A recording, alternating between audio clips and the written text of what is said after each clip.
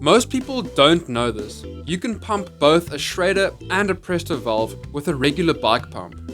All you need to do is a simple little conversion. That's right, it's as simple as that. So let me show you guys exactly what I'm talking about.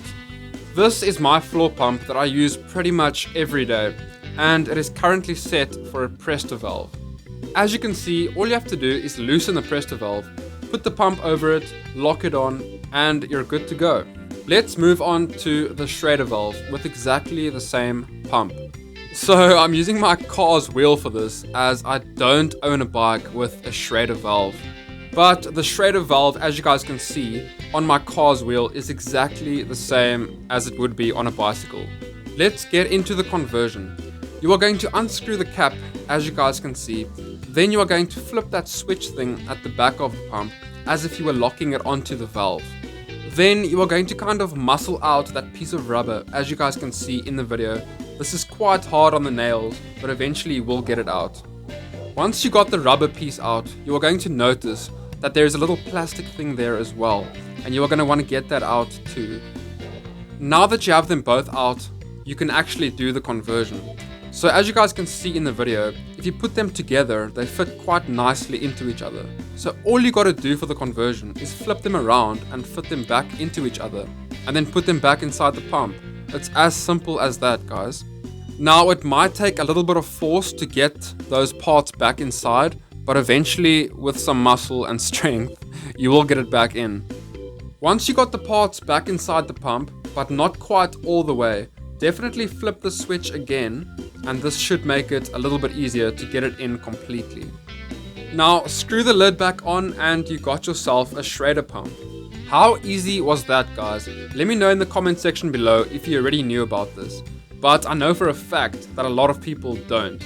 Now just to prove to you guys that this conversion does work foolproof, you can see that I've fitted my pump onto my car's wheel's Schrader valve.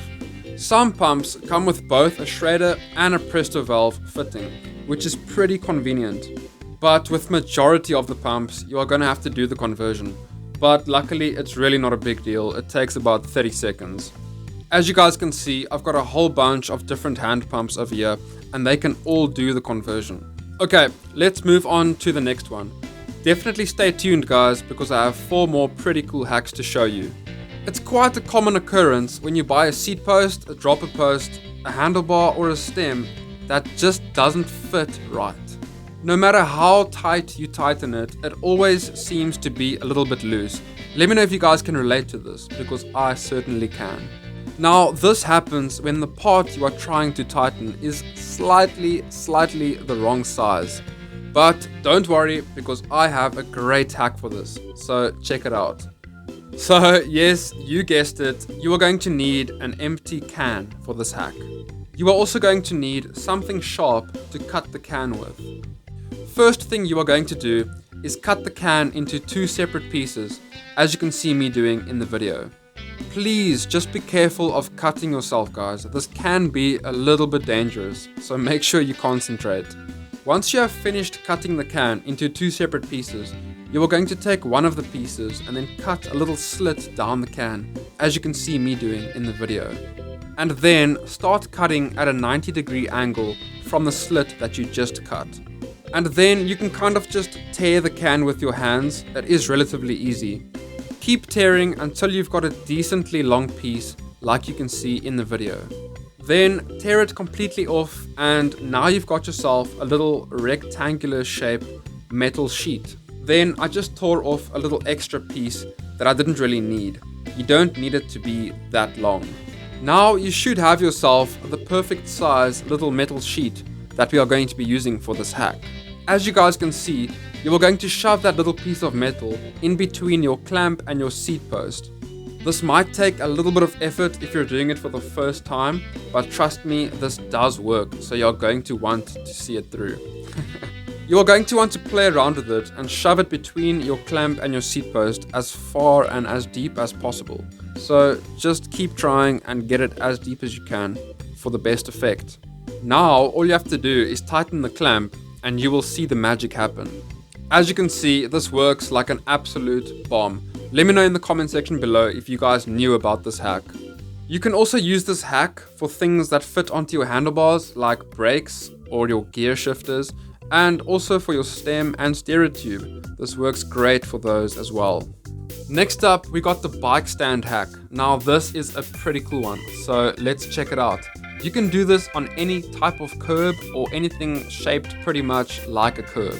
All you have to do is flip your pedal backwards and then lean your pedal and your bike onto the curb with all the weight on the pedal, and your drivetrain will hold the bike into place for you. So if we take a closer look over here, you guys can see how effective this hack is, and it's pretty convenient if you are out on a ride and you want to put your bike somewhere. Now you might be wondering, why can't you just flip the pedal the other way or forward and then lean it against the pavement? Won't that do the same thing? And the answer is no. As you guys can see in the video footage, this just doesn't work. It just won't work. Simple as that. You know, some people are just not fortunate enough to have a proper bike stand. So what do you do if you want to work on your bike? Or for the weirdos out there who like to work on their bikes upside down?